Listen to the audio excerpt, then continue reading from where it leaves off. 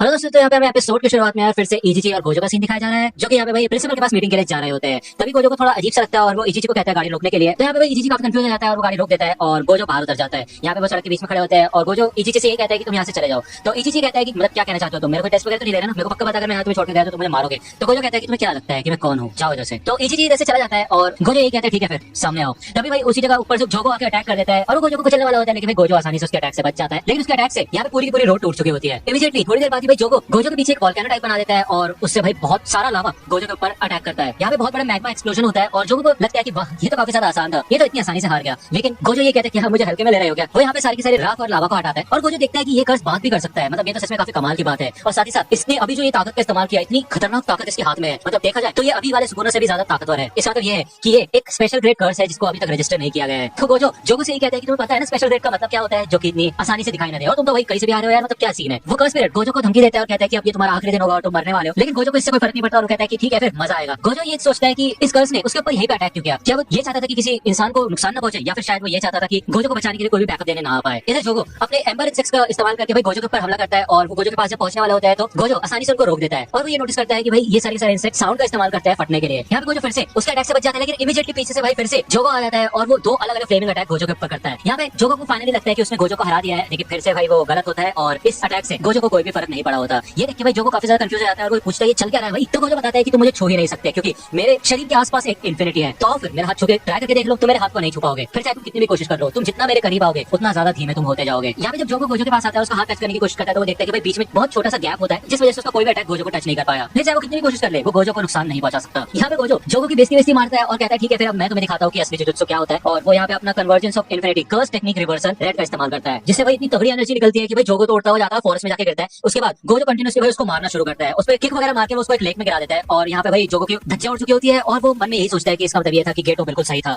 उसने कहा था कि तुम गोजो को मारने तो जा रहे हो लेकिन बदले में तुम खुद ही मर जाओगे। यहाँ पे थोड़ी देर के लिए गोजो गायब हो जाता है और वो बेसिकली इधर यूजी के पास गया होता है जिससे कि वो उसको बैटलफील्ड में ला सके। यहाँ पे गोजो फटाफट यूजी के पास जाता है और वो देखता है कि भाई मतलब अभी तक यूजी मूवीज को देख के पागल नहीं हुआ है और वो काफी अच्छी तरीके से जल्दी जल्दी सीख रहा है, यहाँ तक कि उससे बात करना भी सेफ है, वरना अक्सर इस ट्रेनिंग के दौरान बात करना भी मुश्किल हो जाता है। तो यहाँ पे गोजो यूजी से यही कहता है कि ठीक है फिर चलो आज मैं तुम्हें एक नई चीज सिखाऊंगा जो कि जुजुत्सु बैटल्स में काफी ज्यादा काम आती है और सबसे ज्यादा जरूरी भी है, डोमेन एक्सपेंशन। यहाँ पे भाई गोजो फटाफट यूजी को जोगो के पास लेके आ जाता है और वो जोगो को बताता है कि ये मेरा स्टूडेंट है, ये यहाँ पे बैठ के सब कुछ देखता रहेगा, तो कोई चिंता वाली बात नहीं है। तो जोगो कहता है कि कितने बड़े बेवकूफ हो तुम, मतलब तुम एक ऐसे इंसान को अपने साथ ले आए जिस वजह से तुम्हें लड़ने में प्रॉब्लम होगी। हाँ, तो गोजो कहता है कि ना इससे कोई फर्क नहीं पड़ता क्योंकि तुम काफी ज्यादा कमजोर हो, अगर तुम ताकतवर होते तब मैं सोचता ये बात। इससे भाई जोगो को काफी ज्यादा गुस्सा आ जाता है और उसका सर यहाँ पे फट जाता है और इतनी ज्यादा हीट उसकी बॉडी में से निकलती है कि भाई यूजी देख के तो चौंक ही जाता है और वो कहता है क्या इसको ये कमजोर कह रहा है, हद है मतलब। गोजो कहता है कि चिंता वाली बात नहीं है, जब तक तुम मेरे साथ रहोगे तब तक तुम्हें कुछ नहीं होगा। यहाँ पे फाइनली जोगो अपना डोमेन एक्सपेंशन चालू कर देता है जिससे कि भाई एक दोनों के दोनों ही coffin of the iron mountain में कैद हो जाते हैं और ये बेसिकली जोगो का एक डोमेन होता है, यानी कि जोगो के मन में बनाई हुई एक जगह। गोजो बताता है कि डोमेन एक्सपेंशन एक ऐसी जगह है जहाँ पे जिसने भी इस डोमेन को बनाया होता है उसकी ताकत काफी ज्यादा बढ़ जाती है, साथ ही साथ जितने भी अटैक वो इस डोमेन के अंदर करेगा वो उसके टारगेट को पक्का लगेंगे। यानी कि बेसिकली गोजो ये बताता है कि भाई जोगो यहाँ पे जितने भी अटैक करेगा इस डोमेन के अंदर वो सारे यूजी और गोजो पे पड़ने ही वाले हैं, फिर चाहे कुछ भी हो जाए। लेकिन गोजो ये कहता है कि चिंता वाली कोई बात नहीं है, हम इन अटैक से बच सकते हैं आसानी से किसी कर्स टेक्निक का इस्तेमाल करके या फिर इस डोमेन से बाहर निकल के, लेकिन इन दोनों का इस्तेमाल करना गलत है। यहाँ पे जोगो को पूरा यकीन होता है कि जो गोजो के पास इन्फिनिटी है जो कि उसको बचा के रखी हुई है, इस डोमेन में वो इन्फिनिटी गायब हो जाएगी जिसके बाद वो आसानी से गोजो को हरा सकता है। उसको यहाँ पे काफी ज्यादा गुस्सा आ रहा है कि कैसे एक मामूली से इंसान उसके ऊपर इतना भारी पड़ रहा है, जबकि साफ साफ दिखाई दे रहा है कि भाई जोगो कितना ज्यादा ताकतवर है। वही दूसरी ओर गोजो यूजी को बता रहा होता है कि सबसे आसान तरीका है डोमेन एक्सपेंशन में जीतने का कि भाई अपना खुद का ही डोमेन बना डालो और जिसका भी डोमेन ज्यादा ताकतवर होगा वो ही जीतेगा। यहाँ पे भाई जोगो अटैक करने के लिए तैयार होता है और भाई फाइनली गोजो अपना भाई ये जो आंखों की पट्टी टाइप होती है वो हटाता है यार, मतलब आइस टाइप हटाता है और वो पहली बार मतलब यार शुरुआत से तुमने उसको आइस टाइप के साथ देखा है, अब देख लो उसको बिना आइस टाइप के,